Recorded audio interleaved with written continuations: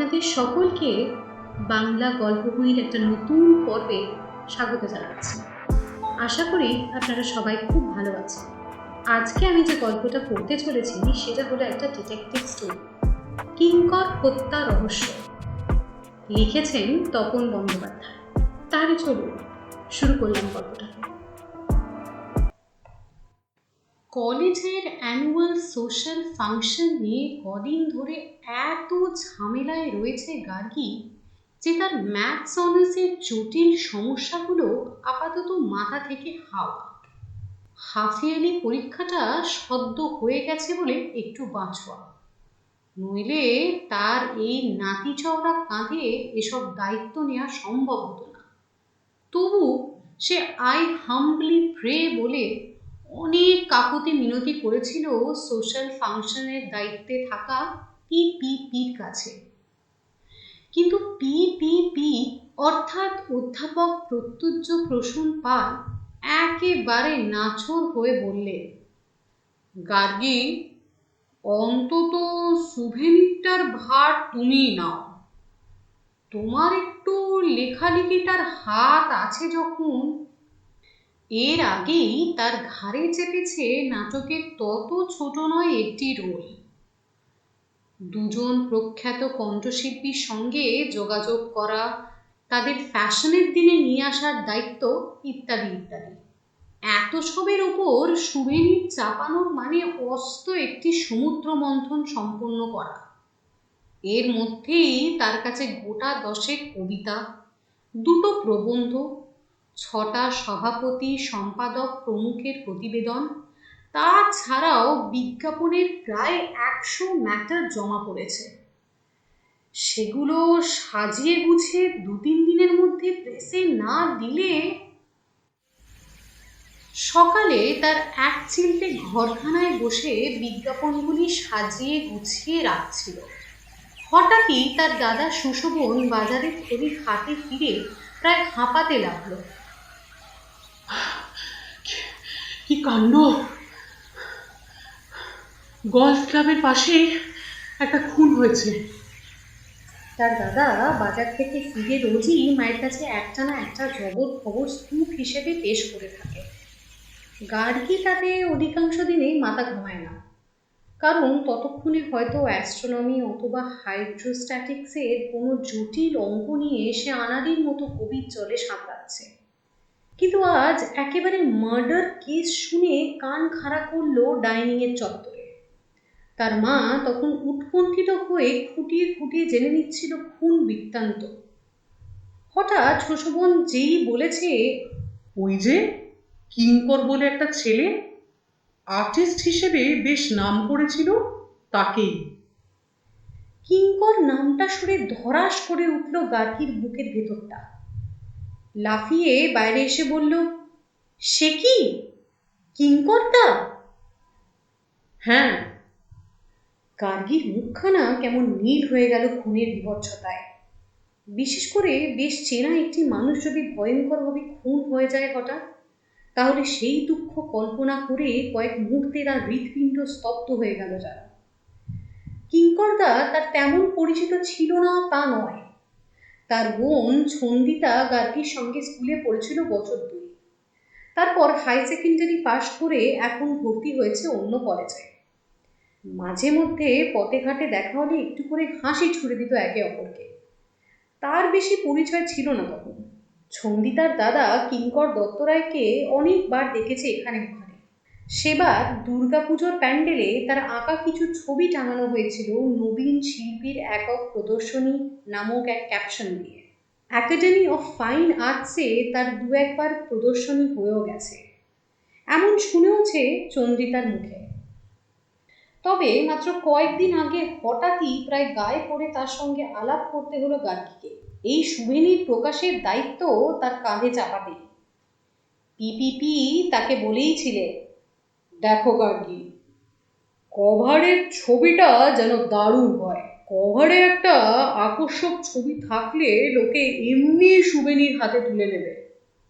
ছন্দিতার সঙ্গে কিছুটা বন্ধুত্ব থাকার সুবাদেই গার্গী অতএব একদিন ঢু মারল তাদের বাড়িতে। কিঙ্করদার বয়স 26-27, রোগা পাতলা চেহারা, মুখের দাড়িও তার চেহারার মতোই পাতলা। হাতে তার ফর্সা রঙে বেশ শিল্পী সুলভ একটা নমনীয়তা। গার্গীর সঙ্গে আলাপ হতে তার অভিপ্রায় শুনে সানন্দে রাজি হয়ে গিয়েছিল কভার আঁকতে। তারপর দিন দুয়েক ঘোরাঘুরির পর ছবিটা কিঙ্করদা দিয়েছিল। এক কথায় সুপার। পুরো কাভারটাই চাইনিজ ইঙ্কে আঁকা। তাতে নিবের এমন অসাধারণ সূক্ষ্ম কারুকার্য নিবৃষ্ট হয়ে দেখার মতো। পিপিপিকে দেখাতেই তিনি উচ্ছ্বাসিত। বলেছিলেন, এই দেখো, এই জন্যই সুভেনির ছাপানোর দায়িত্ব আমি তোমার হাতে দিয়েছি। তোমার রুচি সবার থেকে আলাদা। ভারী খুশি হয়েছিল গার্গী সেদিন কিঙ্করদার উপর। একটা থ্যাঙ্কস জানিয়ে আসবে আসবে এমন ভেবেছিল গত 2-3 দিন ধরে। সেই মুহূর্তেই এরকম ভয়ঙ্কর একটা সংবাদ সুশোভনের মুখে শুনে তার শরীরের ভেতরটা একটা কাঁপ ধরে গেল। চেনা মানুষ খুন হয়ে গেলে হয়তো এইরকমই শিরশিরিয়ে ওঠে শরীরের ভেতরটা। তৎক্ষণাৎ তার সুভেনির কাগজপত্র কোল্ড স্টোরেজে ঢুকিয়ে ম্যাক্সিটা বদলে সালোয়ার কামিজ পরে নিল গার্গী। কোথায় যাচ্ছে এই মুহূর্তে সেটা খোলসা করলে সে জানে বাড়িতে শুরু হয়ে যাবে তুমুল শোরগোল। অতএব মা একটু ইন্দ্রলেখাদের বাড়ি যাচ্ছে বলে কোনো ক্রমে বেরিয়ে তাদের জুবলি পার্ক থেকে শর্টকাট রাস্তায় ধরল গলফ ক্লাবের পথ। ভীষণ কষ্টে কেমন ছিনছিন করছে বুকের ভেতরটা। চন্দ্রিতার সঙ্গে অনেকদিন পর কবছর আগে বন্ধুত্ব একটু ঝালাই হয়েছিল বলে ওর কথা ভেবেই খুব মন খারাপ লাগছে। ওর বাবা সামান্য একটা চাকরি করে, মা নেই। কিঙ্করদা আর্ট কলেজ থেকে পাশ করে বেরোবার পর আঁকা ঝোঁকায় বেশ নাম হতেই ইদানিং কিছু টাকা পয়সা আসছে ওদের বাড়িতে। ঠিক এহেন মুহূর্তে এমন একটি দুর্ঘটনা ওদের সংসারে প্রায় বজ্রপ্রাতের মতো।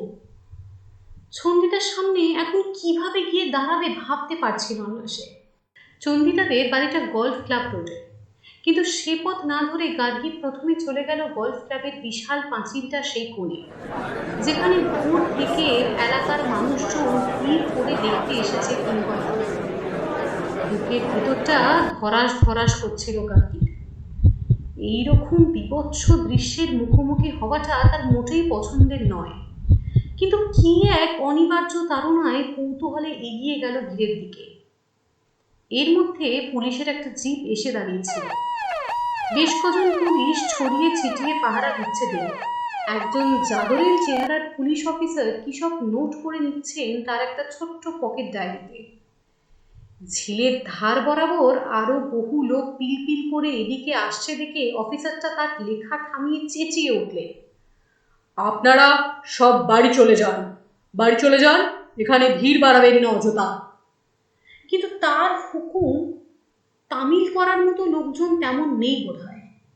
কেউই বাড়ি ফেরার পথ ধরার উদ্যোগ করল না। তবে বেলা প্রায় 8টার মতো। অনেকেরই অফিস টফিস আছে বলে ভিড়ের ভেতর একবার উঁকি দিয়েই চলে আসছে তারা।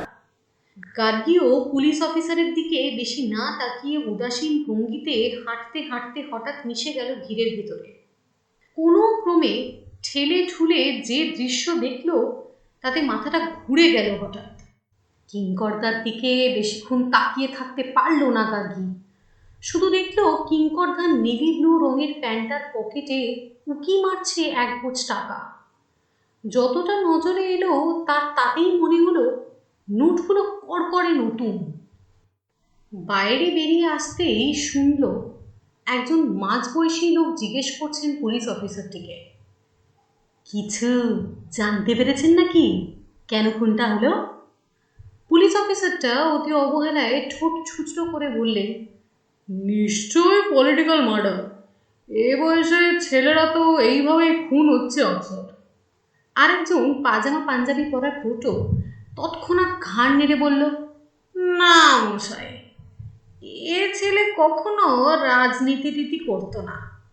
নিশ্চয়ই রাতের বেলায় ফেরার পথে কোনো ছিনতাইবাজদের খপ্পরে পড়েছিল। পুলিশ অফিসারটি সজোরে মাথা নাড়তে নাড়তে বললেন, আপনারা যদি সব বুঝে ফেলেন তাহলে আর আমাদের দরকার হতো না। ছিনতাইবাজরা যদি এই খুনটা করতো তাহলে পকেটে এমন নোটের তারা রেখে চলে যেত না। তো বিন্দুমাত্র না দমে বললেন, এমনও তো হতে পারে টাকাগুলো বার করে নেওয়ার আগে পথে কোনো লোকজন এসে পড়েছিল, সেই জন্য সরে পড়তে হয়েছিল ছিনতাইবাজদের, টাকাটা বার করে নেওয়ার সময় পায়নি। পুলিশ অফিসারটা কিছু না বলে শুধু কটমট করে তাকালেন তার দিকে। চারিদিকে আরও সব টুকরো টুকরো কথা ভেসে আছে, তাদের প্রত্যেকেই কিছু না কিছু উৎস অনুসন্ধান করার চেষ্টা করেছে এহেন খুনটির। কিঙ্করদাকে অনেকেই চেনে এর তল্লাটে, দু একজন রাজনৈতিক ব্যক্তিত্ব এসেছিল ওই ভিড়ের কাছে, এলাকায় দু চারজন গণ্যমান্য লোক। গার্গী বুঝে উঠতে পারছিল না কেনই বা কিঙ্করদার মতো একজন মার্জিত স্বভাবের যুবক হঠাৎ এভাবে বেঘরে খুন হতে যাবে। কিঙ্করদার জীবনযাপন বাস্তব দিক ঠিকঠাক যদিও জানা নেই তার, তবুও তার কাছে কয়েক যাতায়াত করার সুবাদে মনে হয়েছিল একজন প্রকৃত শিল্পীর মতো তার ব্যবহার। শিল্পরা যেমন তাদের সৃষ্টির ভেতরে বুঁদ হয়ে থাকতে ভালোবাসে, কিঙ্করদাও তেমনি। ভিড়ের ভেতরে নানান মন্তব্য শুনে অবশ্য একটু আঁচ করা সম্ভব হয় না খুনের সম্ভাব্য কারণ। আজকালকার পুলিশ অফিসাররাও হয়েছে তেমনি, কোনো রকমে ইনভেস্টিগেশন শুরু করার আগে খুনের কারণ সম্পর্কে এতটা সকল্পিত ধারণা পোষণ করতে শুরু করে দেয় যাতে খুনের আর কোনো মোটিভ থাকতে পারে কিনা তা মগজেই ঢোকে না তাদের। ততক্ষণে কিঙ্করদার বডি মর্গে পাঠানোর তোড়জোড় শুরু করেছে পুলিশ। অতএব ভিড়ের ভেতর থেকে বেরিয়ে গাড়ি হাঁটতে শুরু করলো চন্দ্রিতাদের বাড়ির দিকে। এমন একটি শোকাবহ বাড়িতে ঢুকতে অবশ্য একটুও পা উঠছিল না তার, কেন যেন একটা অদ্ভুত কষ্ট হচ্ছিল।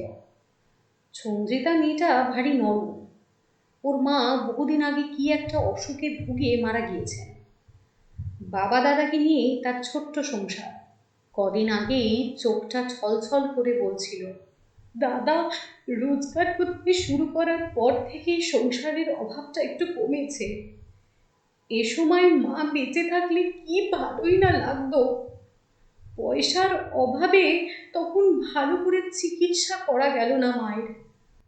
চন্দ্রিতাদের বাড়িতেও তখন অনেক লোকজনের ভিড়। চন্দ্রিতার বাবা একেবারে পাথরের মতো চুপচাপ।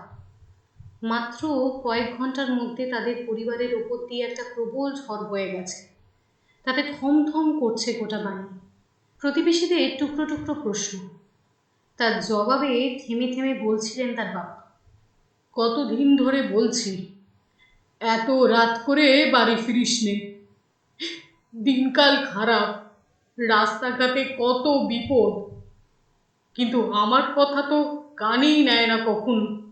গার্গীকে দেখে ঝরঝর করে আর একবার কেঁদে ফেলল চন্দ্রিতা। তাকে ঘিরে আশেপাশে বাড়ির কয়েকজন মেয়ে বউ, সবাই স্তব্ধ হয়ে বসে আছে, যেন কি কথা বলে সান্ত্বনা দেবে তা বুঝে উঠতে পারছিল না। গার্গীও এমন ভীষণ নিস্তব্ধতার ভেতরে ঢুকে থম হয়ে রইল কিছুক্ষণ। এবাড়ির সবখানেই কিঙ্করদার প্রবল উপস্থিতি, তার আঁকা নানা ধরনের সব ছবির মাধ্যমে। ঘরের বারান্দার দেওয়ালগুলিতে কত রকমের ছবি টাঙানো, সেগুলো রঙের কারুকাজে বিষয় বৈচিত্র্যে মুগ্ধ হওয়ার মতো। এর আগেও গার্গী যে কবার এসেছে ঘুরে ঘুরে চমৎকৃত হয়ে দেখত ছবিগুলোকে, আজ অবশ্য তাকে দেখতে হচ্ছে না। ছবিগুলো যেন ক্রমশ বড় হতে হতে এমনভাবে দেওয়ালগুলো ভরে ফেলেছে যে বারবার তারাই দেখছে গার্গীকে। ঘণ্টাখানেক এইরকম অসহনীয় পরিস্থিতির ভেতরে বসে থেকে চন্দ্রিতার সঙ্গে টুকরো টুকরো কিছু কথা বলে বাড়িতে ফিরে এলো গার্গী। সেদিন গোটা দুয়েক ক্লাস ছিল তার। ক্লাস শেষ করে বিকেলে বাড়ি ফেরার পথে হঠাৎ ইচ্ছে হলো আরেকবার চন্দ্রিতাদের বাড়ি ঘুরে যাওয়া। গিয়ে শুনল পুলিশ এর মধ্যে দুবার ঘুরে গেছে। অনেক কিছু জিজ্ঞাসাবাদ করেছেন চন্দ্রিতা আর তার বাবাকে। কিঙ্করদার ঘরে ঢুকে দেখে গেছে তার ছোট্ট স্টুডিওটা, উল্টে পাল্টে দেখেছে ছবিগুলো, আর নাকি ঠোঁট উল্টে বলেছে, এসব কি ছবি, কিছুই বোঝা যায় না। তারপর কিঙ্করদা কোথায় কোথায় যেত, কাদের সঙ্গে মিশত, সে সম্পর্কে সব জেনে টেনে নিয়ে তার দুই বন্ধুকে থানায় ডেকে নিয়ে গেছে আরও জিজ্ঞাসাবাদের জন্য। দুই বন্ধুর একজন প্রতিম জোয়ারদার, ইলেকট্রনিক্স ইঞ্জিনিয়ার, ITI থেকে পাশ করে একখানা দুর্দান্ত চাকরি জোগাড় করেছে মস্ত বড় একটা টিভি কোম্পানিতে। ছাত্র হিসেবে বরাবরই ব্রিলিয়ান্ট ছিল প্রতিম। এখন ভালোই মাইনে, প্রচুর পার্কস নিয়ে অন্য চাকুদের কাছে রীতিমতো ঈর্ষণীয়। একটা গাড়িও কিনেছে মাস তিনেক হলো। অন্য বন্ধু সুনীল পোদ্দার, কম্পিউটার সায়েন্স নিয়ে পড়েছে। আগে একটা ছোট্ট লেটার প্রেস ছিল তাদের। সুনীল কম্পিউটার সায়েন্স পাশ করার পর PTS সংক্রান্ত যাবতীয় মেশিন টেশিন কিনে এখন বিশাল ছাপাখানা করে ফেলেছে বাড়িতে। 2-3 বছরের মধ্যেই তাদের ছোট্ট একতলা বাড়ির ডালপালা গজিয়ে প্রথমে 2 তলা, তারপর মাসখানেক হলো 3 তলাও উঠে গেছে লিফটের মতো হু করে। একটি গাড়িও কিনেছে মাসখানেক আগে। সুনীলের মাই প্রেসটার যাবতীয় কাজকর্ম তদারকি করে। তার বাবা কি একটা বিদেশি কোম্পানিতে এক্সপোর্ট ইম্পোর্টের কাজ করে। মাস 2 আগে তারা সপরিবারে ঘুরে এলো গোটা ইউরোপ। হঠাৎ কি যে বড়লোক হয়ে গেল ছাপাখানা করে, ভাবাই যায় না। 3 বন্ধুর মধ্যে কিংকং দাই যা একটু গরিব। অবশ্য তাদের ভেতরে কে গরিব কে বড়লোক তা তুল্যমূল্য বিচার ছিল না কখনো। কিংকংদা নাকি ইদানিং বলতো চন্দিদাকে, আমার ছবি যা বাজারে হচ্ছে তাতে আমিও 6 মাসের মধ্যে বিশাল বাড়ি হাঁকিয়ে ফেলবো, দেখিস। ওদের দুজনের মতো গাড়িও একটা। ইদানিং তাদের বন্ধুত্বের ভিতরে কোনো ছিড় ধরেছিল কিনা তাও বলা যাবে না, এই কারণেই যে তাদের যার যার প্রফেশনের শত ব্যস্ততার মধ্যেও 3 জনের ফুরসত পেলেই একসঙ্গে আড্ডা মারতে বসত। এটা অবশ্য কখনো রেস্তোরাঁ বা মাঠে নয়, 3 জনের বাড়িতেই বসতো আসর, এক একদিন এক একজনের ঘরে। যেদিন প্রতি মাস সুনীল কিংকংদার বাড়ি আসতো, চন্দিদাকে ঘন্টায় ঘন্টায় চা করতে হতো তার দাদা আর দাদার বন্ধুদের ফরমাসের অনুযায়ী। তবে ইদানিং আড্ডাটা বেশি বসতো সুনীলের বাড়িতেই। তাদের বাড়িতে অনেক জায়গা, পুরো 3 তলাটা সুনীলের নিজের, সেখানে হইচই করতে অনেক বেশি স্বাধীনতা। চন্দিদার কাছ থেকে এত সব কথা শুনতে শুনতে গার্গী জিজ্ঞাসা করলো তাকে, হঠাৎ কেন এরকম একটা সাংঘাতিক ঘটনা ঘটলো, তার কারণ কি কিছু আঁচ করতে পারিস চন্দিতা? চন্দিতা বিস্মিত হয়ে বলল, কি করে করব? ওদের বন্ধুদের ভিতরে কোনো বিষয়ে সমস্যার সৃষ্টি হয়েছিল কিনা। চন্দিতা জোরে জোরে ঘাড় নাড়ল। দ্বিমত হওয়ার কোনো প্রশ্নই আসে না। দাদার দুই বন্ধুই এত আড্ডাবাজ, এত প্রাণবন্ত যে ওদের মধ্যে কোনো গোলমাল হওয়ার কোনো সুযোগই নেই। বরং ওরা দুজনে মিলে ঠিক করেছিল দাদার একটা একক প্রদর্শনী করবে একাডেমি অফ ফাইন আর্টসে, যাতে দাদার ছবির বাজার বাড়ে। কালও নাকি সেই ব্যাপারের একটা মিটিং ছিল সুনীল দাদের বাড়িতে। কাল রাত 11:30 পর্যন্ত দাদা বাড়ি ফেরেনি দেখেও তাই তেমন চিন্তা করিনি। রাত 12টা বেজে গেলে তখন বাবা বলল, এত রাত তো কখনো করে না তোর দাদা। তারপর তখন পাশের বাড়ি থেকে সুনীল দাদের বাড়িতে ফোন করলাম। তাতে সুনীলদা ফোন ধরে বলল, কিঙ্কর তো আজ এখানে আসেনি চন্দিতা, প্রতিম এতক্ষণ বসেছিল ওর জন্য। তাই? কিন্তু কিঙ্করদার তো ওদের বাড়িতেই মিটিং ছিল বললি। বাড়ি থেকে বেরোবার সময় তাই তো বলে গিয়েছিল। কখন বেরিয়েছিল বাড়ি থেকে? রোজই তো 12টা 12:30 নাগাদ খেয়ে দিয়ে বেরিয়ে যায়। কালও সেই রকমই বেরিয়েছিল। আমাকে সকালবেলা বলেছিল একাডেমি অফ ফাইন আর্টসে যাব, সেখান থেকে সুনীল দাদের বাড়ি হয়ে ফিরব। তাই? আচ্ছা, কিংকংটা কি রোজই এইরকম দেরি করে বাড়ি ফিরত? সাধারণত 10টা সাড়ে 10টার মধ্যে ফিরে আসতো রোজ। তবে আঁকার চাপ থাকলে 6:30 7টার মধ্যেই ফিরত। মাঝখানে দিন 15-20 তো রোজই সন্ধে সন্ধে বাড়ি ফিরত। বলেছিল একটা বড় কাজ পেয়েছে কোথা থেকে, এটা শেষ করতে পারলে অনেক টাকা পাবে। কতদিনের আগের কথা সেটা?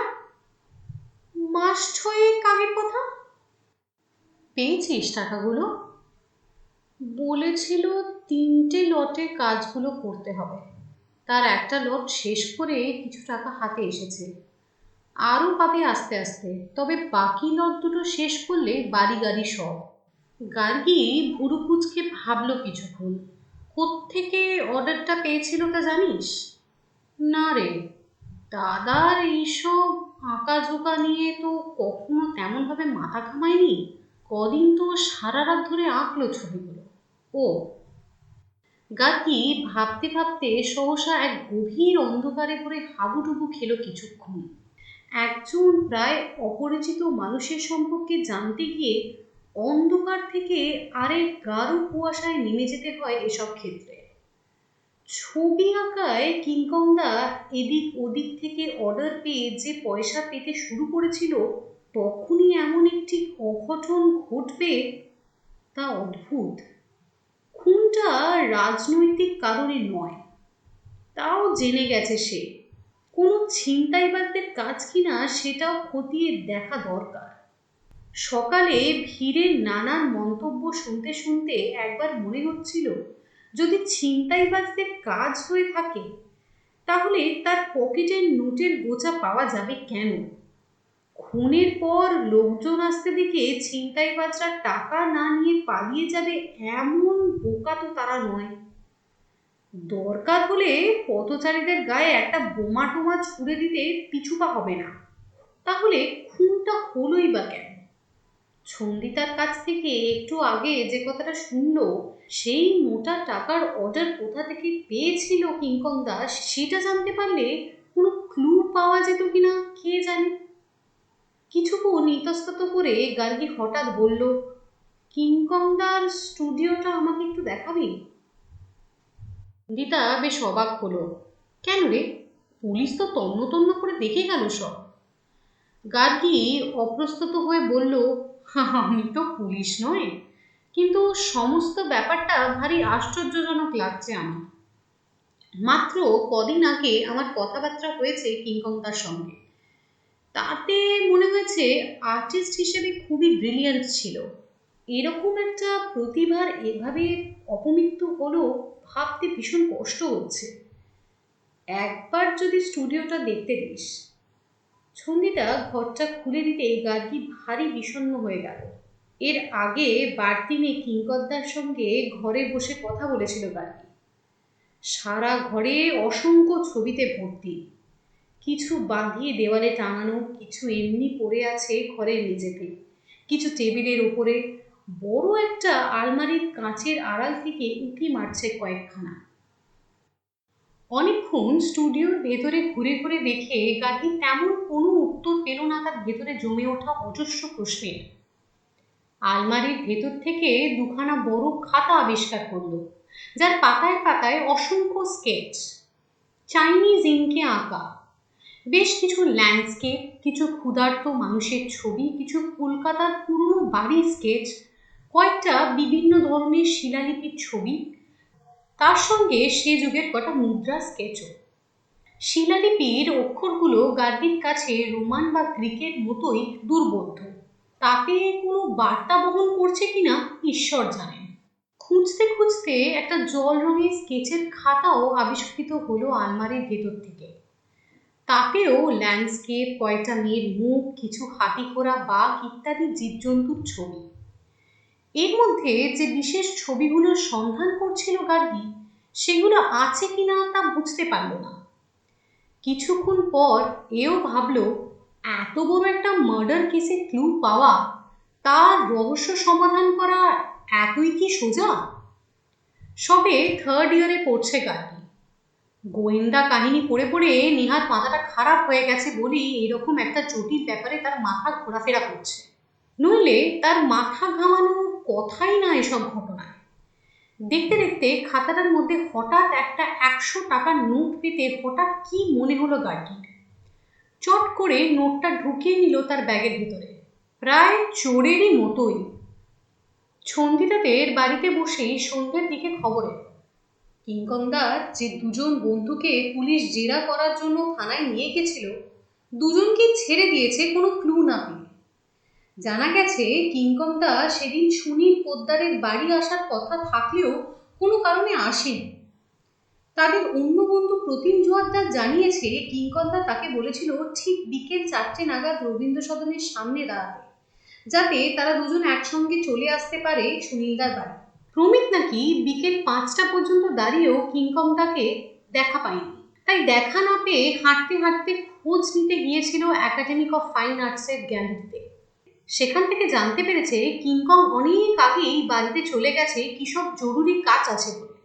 থানার খবরে আরও জানা গেছে কিংকংদার পকেটে পাওয়া গেছে খানতিরিশে 50 টাকার কয়েকটা করকরে নোট। টাকাটা কার কাছ থেকে পেয়েছে কিংকরদা তা জানা যায়নি। খুবই দুশ্চিন্তা নিয়ে সেদিন বাড়ি ফিরে এলো গার্গী। সুনীল আর প্রতিম দুজনেই বলেছে কিঙ্করের সঙ্গে তাদের মিটিং হয়নি, অথচ কিঙ্করদা খুন হয়েছিল সুনীলদার বাড়ির কাছে। যাই হোক, তার মাথায় অবশ্য অ্যানুয়াল সোশ্যাল ফাংশনের হাজারো ভাবনা। তার বিপুল চাপে পড়ে কোথায় পুট করে মিলিয়ে গেল কিঙ্করদার হত্যা রহস্য জট। কয়েকদিন ধরে কোথাও সুভেনিরটা ছাপাতে দেবে এমন ভেবে জেরবার হচ্ছিল গার্গী। হঠাৎ মনে হলো, তাই তো, তাদের বাড়ির কাছেই এমন চমৎকার একটা প্রেস রয়েছে, সেখানে কেন ছাপাতে দিচ্ছে না বইটা? তাহলে তো তার প্রুফ দেখতেও সুবিধে। সঙ্গে সঙ্গে তার সুভেনিরের লেখা আর বিজ্ঞাপনের ম্যাটার হাতে করে সে গিয়ে হাজির হলো মস্ত 3তলা বাড়িটার গেটে। দারুণ ঝকঝকে বাড়িটা। তার বাহারি গেট পেরিয়ে সরাসরি দেখা করলো সুনীলের মা অলকা পোদ্দারের সঙ্গে। অলকা পোদ্দার বেশ গম্ভীর ধরনের মহিলা, তবে গার্গী শুনেছেন ইনি অনেক নামি দামি সংস্থার কাজকর্মে সঙ্গে জড়িত। সমাজসেবিকা হিসেবে বেশ নাম টামও হয়েছে তার। গার্গীর কাছে সব শুনে টুনে ছাপা, বাঁধাই, কাগজ ইত্যাদির রেটগুলো যা বললেন, তাদের গার্গীর মনে হলো অন্য সব প্রেসের তুলনায় বেশ সস্তায়। কথায় কথায় অলকা দেবী বললেন, রেট একটু কমের দিকে রাখি বলে সারা বছর কাজ পেতে কোনো অভাব হয় না আমাদের। ভদ্রমহিলার ব্যবসায়িক বুদ্ধি বেশ তারিফ করার মতো। সকাল 10টা থেকে রাত 8টা পর্যন্ত খোলা থাকে প্রেস। কাজও হচ্ছে সারাক্ষণ, কাস্টমারদের ভিড়ও কম নয়। প্রতিদিন কলেজ থেকে বাড়ি ফেরার পথে প্রেসে ঢুকে প্রুফ দেখতে হয় গার্গীকে। এবছর প্রচুর বিজ্ঞাপন পাচ্ছে তাদের কলেজ, তাতে প্রুফ দেখার ঝামেলাও বাড়ছে রোজ। একদিন কয়েকটা ছাপা ম্যাটার কলেজে নিয়ে গিয়ে পিপিপিকে দেখাতে তিনি উচ্ছ্বাসিত। বাহ, ফাইন, এত কম রেটে কাজ করতে পারছো, এই জন্যই তো তোমাকে আমি। প্রেসের নিয়মকানুন এত চমৎকার যে গার্গী এসে পৌঁছানো মাত্রই তার সামনে প্রুফের বান্ডিল রেখে যায় প্রেসের কর্মচারী। রোজ 6টা, 6:30, কোনো দিন 7টা পর্যন্ত প্রুফ দেখে সে, তাতেও যেন শেষ হচ্ছে না কাজ। এর মধ্যে কয়েকটা ইনস্টলমেন্টে প্রেসের টাকাও পেমেন্ট করেছে সে, কিন্তু খেয়াল করেছে রোজই বেশ চকচকে নোট ব্যালেন্স হিসেবে ফেরত দেন অলকা দেবী। করকরে নোট হাতে পাওয়ার মজাই আলাদা। কিন্তু প্রেসের কাজকর্ম এত বেড়ে গেল যে বেগতিক দেখে গার্গী একদিন তাদের ক্লাসের কপিসকে ধরল। এই, তুই আমাকে প্রেসের ব্যাপারে একটু হেল্প করতো, একা এত বড় সুভেনিরের প্রুফ দেখা যায় না। কপিস জুবলি পার্কের কাছেই থাকে। তৎক্ষণাৎ তার মাথা থেকে যেন একটা অদৃশ্য টুপি খুলছে, এমন ভঙ্গি করে মাথা ঝুঁকিয়ে বলল, জো হুকুম, কাল থেকে তোর সঙ্গে প্রেসে যাচ্ছি আমি। আসলে ফ্যাশনের দিন যত এগিয়ে আসছে ততই দ্রুত সুভেনির প্রকাশ করার চাপ বেড়ে যাচ্ছিল তার উপর। ইতিমধ্যে আলোকা দেবী, তার ছেলে সুনীল, এমনকি প্রেসের কর্মচারীদের সঙ্গে বেশ চেনাজানা হয়ে গেছে গার্গীর। সুনীল পোদ্দার একদিন গার্গীকে বলল, দেখবে তোমার ছবিটা এঁকে ফেলবো কম্পিউটার স্ক্রিনে। গার্গী মুচকি হেসে চলে এসেছে। ইতিমধ্যে পুলিশ সুনীলকে আরও একদিন ডেকে নিয়ে গিয়েছিল থানায়। জিজ্ঞাসা করেছিল কিঙ্কর দত্ত রায় কোথা থেকে বড় অর্ডার পেয়েছিল, সেটা কি অর্ডার, কাদের অর্ডার, সে সম্পর্কে সুনীল কিছু জানে কিনা। সুনীল উত্তর দিয়েছিল আসামের কোন একটা সংস্থা থেকে অর্ডারটা পেয়েছিল কিঙ্কর, শুধু এইটুকুই জানে, সম্ভবত কোনো বইয়ের ইলাস্ট্রেশন। আসাম শুনে স্থানীয় পুলিশও আর বেশি দূর এগোয়নি তাদের তদন্তের কাজে। একদিন প্রুফ দেখতে দেখতে রাত 8টা বেজে যেতেই অলকা দেবী নেমে এলেন ওপর থেকে। গার্গীকে দেখে অবাক হয়ে বললেন, কি হলো, তুমি এখনো বাড়ি যাওনি?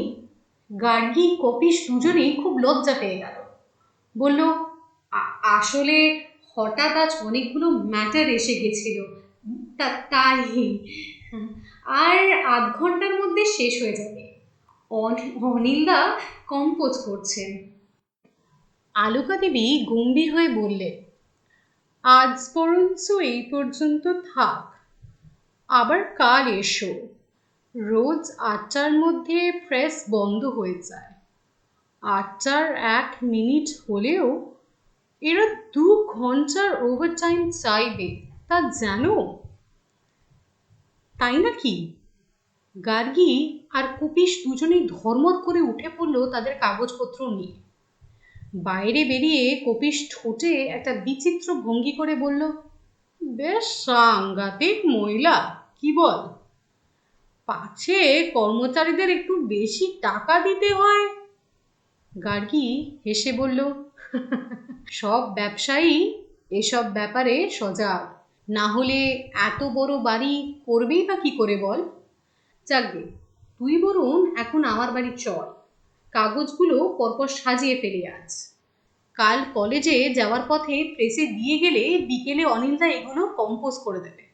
কাগজপত্র প্রস্তুত করে কপিশ যখন গার্গীদের বাড়ি থেকে বেরোলো রাত প্রায় 10:30। গার্গী আঁতকে উঠে বলল, অনেক রাত হয়ে গেল, তাই না? তবে কপিশের তাতে ভ্রুক্ষেপ নেই। বলল, কচু পরোয়া নেই, আমার প্রায় 11টা হয়ে যায় ফিরতে। পরের দিন কলেজে কপিশ অবাক করে দিল গার্গীকে। ওরে, কাল তো প্রেসের সেই ভদ্রমহিলা আমাদের 8টার মধ্যে ঠেলে বার করে দিল প্রেস থেকে। ফেরার পথে দেখি তখনও মেশিন চলছে ভেতরে। তাই প্রেস তখনও খোলা? খোলা ঠিক নয়, মানে বাইরের কোল্যাপসিবল গেট বন্ধ, একেবারে তিনখানা বাঘা সাইজের তালা লাগানো, কিন্তু প্রেসের ভেতরে শব্দ হচ্ছে, আলো জ্বলছে মনে হলো। আমার হঠাৎ কি খেয়াল হলো, রেন পাইপে বেয়ে উঁকি মেরে দিলাম ভেন্টিলেটরের ভেতর দিয়ে। গার্গী আটকে উঠে বলল, বলিস কি? কি দেখলি ভেতরে? ভেতরটায় আলো জানা, দেখি মা আর ছেলে রয়েছে ঘরে, আর কেউ নেই। কিছু একটা ছাপাচ্ছে। গার্গীর ভেতরে সিনেমার ছবির মতো অনেকগুলো দৃশ্য দ্রুত সরে গেল যেন। এখন হুমায় উত্তেজিত হয়ে উঠে বলল, ঠিক বলেছিস। ও শিওর, কিন্তু তুই হঠাৎ এমন এক্সাইটেড হয়ে পড়লি কেন? দাঁড়া দাঁড়া, মনে হচ্ছে একটা অঙ্ক সলভ করে ফেলেছি। অঙ্ক? এর মধ্যে আবার অঙ্ক পেলি কোথা থেকে তুই? ম্যাথসে অনার্স পড়িস বলে প্রেসেও অঙ্ক খুঁজে পাচ্ছিস? অঙ্ক না রে, মিস্ট্রি। বলে গার্গী কপিশকে একটা বিশাল মিস্ট্রির ভেতরে ডুবিয়ে বলল, আজ রাতে তাহলে একটা অভিযান করব আমরা দুজন। কপিশকে সত্যি সত্যি বাকি দিনটা দারুণ ভাবনায় রেখে সেদিনও প্রুফ দেখতে রাত 8টা বাজিয়ে ফেলল গার্গী। যথারীতি আলোকা দেবী তাদের দুজনকে তাড়া দিয়ে বাড়ি চলে যেতে বললেন। গার্গী বাইরে বেরিয়ে কপিশকে বলল, আজ কিন্তু আর বাড়ি ফিরবো না আমরা, একটু দূরে অন্ধকারে ওয়েট করব। কপিশ হতভম্ব হয়ে গেল। কেন রে, কোনো ফিশি ব্যাপার আছে নাকি? ইলিশ না চিংড়ি? Wait and see friend. গার্গীরা বেরিয়ে আসার একটু পরেই প্রেসের লোকজন তাদের কাজ শেষ করে রওনা দিল যে যার ঘরমুখো। পরক্ষণে ভারী ভারী তালা পড়ে বন্ধ হয়ে গেল প্রেসের কোলাপসিবল গেট। আলোগুলোও নিভে গেল। তারপর আরও আধ ঘন্টা পরে জ্বলে উঠল মেশিন ঘরের আলো। একমাত্র ভেন্টিলেটর দিয়ে কয়েকটা আলোর টুকরো দেখা যাচ্ছে। গার্গী ফিসফিস করে বলল, দেখ তো কপিস, কাল যে দৃশ্য দেখেছিলিস সেইটা দেখছিস কিনা আজ? কপিস মিনিট 5 মধ্যে তার রেন পাইপ অপারেশন শেষ করে নেমে এলো। হ্যাঁ রে, সেই একই দৃশ্য। তাহলে চল, থানায় একটা ফোন করি, কাছেই একটা পাবলিক বুথ আছে। থানার ফোন নম্বরটা আজ কলেজের টেলিফোন ডিরেক্টরি থেকে নোট করে নিয়ে এসেছে গার্গী। তার ফোন পেয়ে পুলিশ অফিসার অবশ্য ইতস্তত করছিলেন প্রথমে। পরে যে গার্গী বলল, এলে কিন্তু কিঙ্কর হত্যা রহস্য সমাধান পেয়ে যাবেন ইন্সপেক্টর সাহেব, অমনি মিনিট 10 মধ্যে পুলিশের জিপ এসে হাজির। আধ ঘন্টার মধ্যে অত বড় বাড়িটা ঘিরে তল্লাশি করতেই ধরা পড়ল অলকা পোদ্দারের জাল নোট তৈরির বিশাল ফ্যাক্টরি। রাতের অন্ধকারে বন্ধ প্রেসের ভেতরে আলো জ্বালিয়ে এভাবে রোজ 50 টাকার জাল নোট রাশি রাশি ছাপায় মা আর ছেলে মিলে। গার্গী আর কপিস অপেক্ষা করছিল বাইরে। ইন্সপেক্টর অমলেশ দত্তকে দেখেই গার্গী বলে উঠল, কিঙ্কর হত্যা রহস্যের মূলে কিন্তু এই জাল নোট তৈরির কারখানা। ইন্সপেক্টর তখন ঠিক বুঝে উঠতে পারল না ঘটনাটা। বললেন, জাল নোটটা যে এইখানে তৈরি হয় তোমরা জানলে কি করে? মাত্র কালই ফরেন্সিক দপ্তরের রিপোর্টে এসেছে কিঙ্কর দত্তরায়ের পকেটে 50 টাকার নোটগুলো সব জাল। আমি ভেবেছিলাম ছিনতাইবাজরা নোটগুলো জাল বুঝতে পেরে সেগুলো না নিয়ে খুন করেছিল কিঙ্করকে। আসলে কি জানেন ইন্সপেক্টর সাহেব, কদিন ধরে আমার মনে হচ্ছিল কিঙ্করদার খুন হওয়ার সঙ্গে তার ছবি আঁকার একটা সম্পর্ক আছে। বিশেষ করে যখন শুনলাম একটা বড় অর্ডার পেয়েছে কোথা থেকে, তাতে ভালো পয়সা আসতে শুরু করেছে কিঙ্করদার, তখনই কোথাকার অর্ডার, কার অর্ডার তা খুঁজে বার করতে চেষ্টা করছিলাম। সে সময় কিঙ্করদার খাতার ভেতর থেকে একটা 100 টাকার নোট দেখে চুরি করে ফেললাম কদিন আগে। কারণ নোটটা দেখে আমার কেন যেন মনে হলো এটা আসল নোট নয়, নোট জাল করার জন্য আঁকা হয়েছে ওটা। অলকা দেবীদের উপর কেন জানি না সন্দেহ হয়েছিল সে সময়। বিশেষ করে কেন এত অল্প সময়ের মধ্যে এত বড় লোক হয়ে গেল তারা। তবে তার ছেলে সুনীল পোদ্দার আপনাদের বলে এসেছিল কিঙ্করদার অর্ডারটা পেয়েছিল আসাম থেকে, তাতেই কিছুটা সময় বিভ্রান্ত হয়েছিলাম। পরে কপিসে আমাকে হেল্প করলো রহস্যটার সমাধানে। কিঙ্করদা 50 টাকার নোটটা নিখুঁতভাবে এঁকে দিয়েছিল সুনীলকে। সুনীল আর প্রতিম তাদের কম্পিউটারের ব্রেন প্রয়োগ করে তার নেগেটিভ তৈরি করে। কিন্তু এভাবে নোট জাল করার দরুন যত টাকা ভাগের ভাগ পাওয়ার কথা ছিল কিঙ্করদা তা পায়নি। বারবার তাগিদ দিয়েও না পাওয়ায় হয়তো থ্রেট করেছিল পুলিশের কাছে সব ফাঁস করে দেবে বলে। তাতেই সুনীল আর প্রতিমের হাতে খুন হতে হলো তাকে। 100 টাকার নোটও আঁকা হয়ে গেছিল। আগের হিস্সা না মেটায় এটা নিজের কাছেই রেখে দিয়েছিল কিঙ্করদা। আর জাল টাকা সম্ভবত সুনীল পোদ্দারের বাবার মাধ্যমে পাচার হয়ে যায়, কারণ ওর বাবা একটা এক্সপোর্ট ইম্পোর্ট কোম্পানির ম্যানেজার। অনেক বিদেশি ওর কাছে আসে রোজ, হয়তো তাদেরই ঠকাতে নিয়ে, কারণ বিদেশিরা চট করে বুঝতে পারে না কোন নোটটা আসল কোনটা নকল। এভাবে প্রচুর ডলার রোজগার করাতে বিদেশে ঘুরে আসতেও সুবিধে হয়ে যাচ্ছে ওদের। যা মনে হচ্ছে আলোকা দেবীর প্ররোচনাতেই সেদিন সুনীলের বাড়ি মিটিং করে বাড়ি ফেরার পথে সুনীল আর প্রতিম দুজনে মিলে। আজকে আপনারা যে গল্পটা শুনলেন সেটার নাম হলো কিঙ্কর হত্যা রহস্য। লিখেছেন তপন বন্দ্যোপাধ্যায়। এই গল্পটা গোয়েন্দা গার্গী সিরিজ থেকে একটা গল্প। আশা করছি আপনাদের সকলের এই গল্পটা খুব ভালো লেগেছে। যদি ভালো লেগে থাকে প্লিজ আমার চ্যানেলটাকে সাবস্ক্রাইব করবেন, আর লাইক, শেয়ার, কমেন্ট করতেও একদম ভুলবেন না। গল্পটাকে শেষ পর্যন্ত শোনার জন্য অসংখ্য ধন্যবাদ।